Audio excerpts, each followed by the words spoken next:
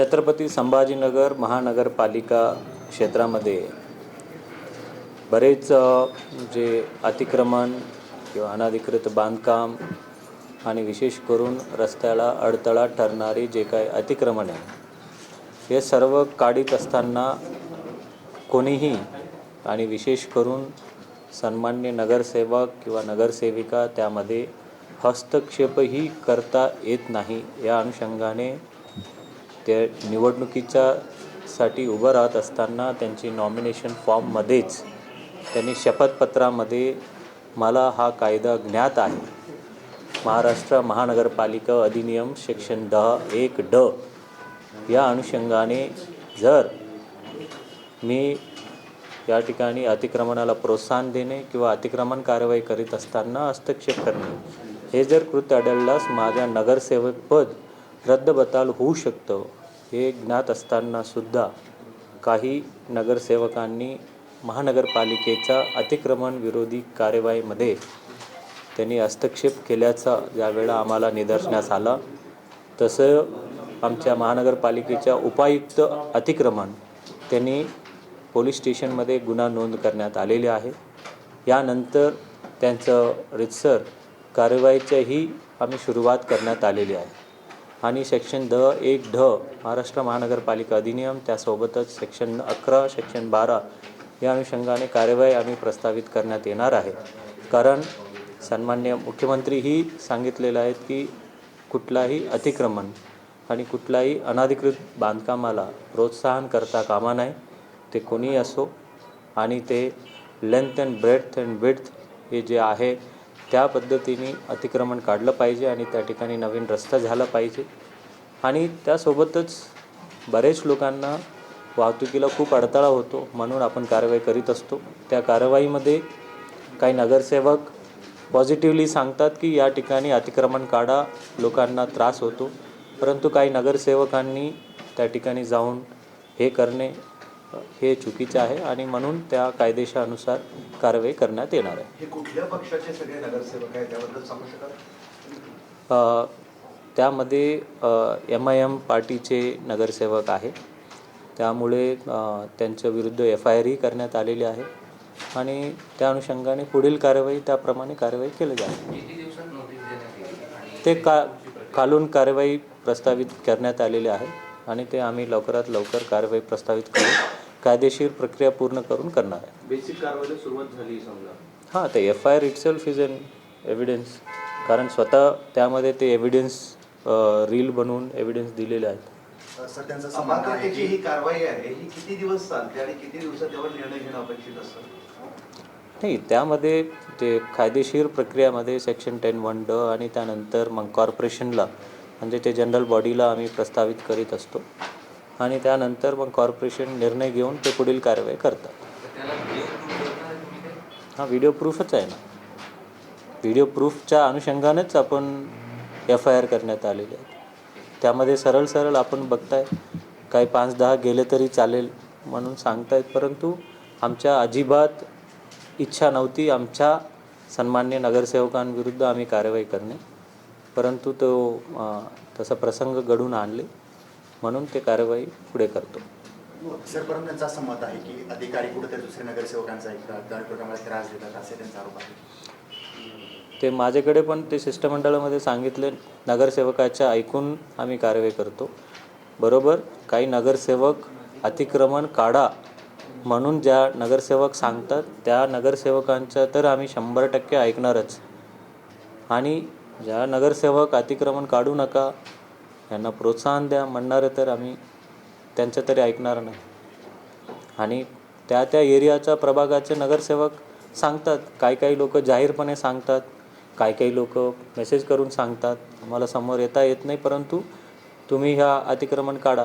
काही नगरसेवक तरी समोर उभं राहून सांगतात, कारण त्यांना ज्ञात आहे की या अतिक्रमणामुळे कित्येक त्रास आहे। बरेच वाहतुकीला म्हणजे ॲम्ब्युलन्स, फायर इंजिन्स आणि या सर्व गोष्टी त्या ठिकाणी पोहोचतात येत नाही। बरेच ठिकाणी गोल्डन टाईम असतो आणि काही लोकांना त्या ठिकाणी घरी सकाळी गाडी लावल्यानंतर रात्री गाडी काढेपर्यंत ते हाऊस अरेस्ट असतात। अशा पद्धतीच्या परिस्थिती आहे आणि तो तरी या शहरामध्ये खपून घेतलं जाणार नाही. महाराष्ट्र महानगरपालिका अधिनियम सेक्शन 10 सेक्शन 10(1)(ड) के इसके अनुसार जब कोई भी नगर सेवक अपना निवडणूक के लिए पर्ची भरता है उसमें वो शपथ पत्र देना पड़ता है कि वो मुझे ये कायदे का एक ज्ञात है और इसके तहत अगर मैं कोई भी चीज़ फॉलो नहीं करूँगा तो मेरा नगर सेवक पद जा सकती है, मैं डिस्क्वालीफाई हो सकता हूँ. ये ज्ञात रहने के बावजूद कुछ नगर सेवक सम्मानीय नगर सेवक हमारे जो कॉरपोरेशन के हैं तो हमारे अतिक्रमण विभाग की कार्यवाही में उन्होंने बाधा डाली. हमारे इस बाधा डालने की वजह से डिपार्टमेंट ने उन्होंने गुनाह नोंद कर दी और उस गुनाह में के अनुसार कुछ नगर सेवक का कहना है उस कार्यवाही में हम नहीं थे, वो भी हम जांच पड़ताल नहीं कर रहे.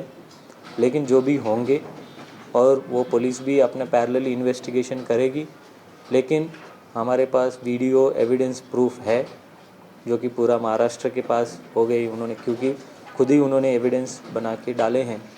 तो इसके अनुसार आगे की जो कार्यवाही है कायदेशीर कार्यवाही सेक्शन 10 सेक्शन 11 सेक्शन 12 इसके अनुसार हम कार्यवाही प्रस्तावित करेंगे. सर, कौन सी पार्टी के ये सदस्य ये थे सभी और कितने लोग हैं और एफआईआर कितने लोग हैं? ये सभी सदस्य एक AIMIM पार्टी से हैं और वो लोगों ने वहाँ पे जाके हमारे अतिक्रमण टीम को बाधा डाली है अतिक्रमण निकालने में और उन्होंने हस्तक्षेप किया, ऐसा उनका डिपार्टमेंट का कहना है और उसके हिसाब से हम आगे की कार्रवाई करेंगे. जी, कितने लोगों पर अभी तक के इनिशियल एफआईआर? आई थिंक तकरीबन 40 लोगों पे है. उसमें कितने नगर सेवक हैं और कितने नगर सेवक नहीं हैं और कौन से नगर सेवक उनकी डिपेंडेंट हैं और कुछ नगर सेवक का उनका भाई है, कुछ पति हैं, कुछ बेटा है, तो वो हम उसका चौकसी कर रहे हैं और जो 40 लोगों के ऊपर तो पैरेलली पुलिस इन्वेस्टिगेशन तो कर ही रही है. और लेकिन जो कॉरपोरेशन के महाराष्ट्र महानगर पालिका अधिनियम सेक्शन 10(1)(ड) तहत वो कौन से नगर सेवक और उनके जो रिश्तेदार हैं, वो जो डायरेक्टली रिश्तेदार हैं उनके ऊपर उनके खिलाफ ये कार्रवाई प्रस्तावित करेंगे. सर, एफआईआर हुआ है वो लोगों का कहना है कि ये कोई पार्षद के कहने पर की गई है. पार्षद के कहने पर हम नहीं करते. जो हर एक पार्षद जो है वो उनका कहने का पूरा अधिकार है और हम तो बोलते हैं कि जो तुम सही चीज़ रास्ते पे आके भी हमसे रुबाब से बोल ही सकते हो कि कोई पार्षद आके बोलना कि मेरे प्रभाग में जो ये अतिक्रमण हो रहा है ये जाहिर से निकालो, वो पार्षद का तो गलती नहीं हो सकता. लेकिन अगर वो पार्षद बोलने के बाद कार्रवाई करने के टाइम पे अगर कोई हस्तक्षेप कर रहा है तो उसके हस्तक्षेप करने के बाद मेरे पास जो कायदा है अगर मैं वो इस्तेमाल ना करूं तो फिर वो गलत होगा. सर, कोई भी घटना जब घटती है सिटी में, अनुचित घटना जब घटती है उसके बाद ही इंक्रूजन राइट होती है, ये देखा गया. वो आमतौर पे क्यों नहीं होती? वो आपको मीडिया को वो अट्रैक्टिव पॉइंट मिल जाता है, लेकिन हमारा हर दिन कार्रवाई होती रहती है. आई कैन गिव विद दैट एविडेंस, बट जब कोई एरिया में हो जाती है तो वो प्रायोरिटी आपको वहाँ पे ज़्यादा दिखती है. अदरवाइज रेगुलरली हम कार्रवाई अभी भी आपको अभी ये दे रहे हैं.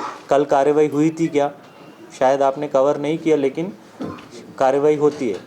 लेकिन अलग अलग जगह पे कार्रवाई होती है, लेकिन जब एक पर्टिकुलर एरिया में ऐसा घटना घट जाती है तो वो वहाँ पे इमीडिएटली सभी फोर्सेस एक जगह पे आके कार्रवाई करते हैं.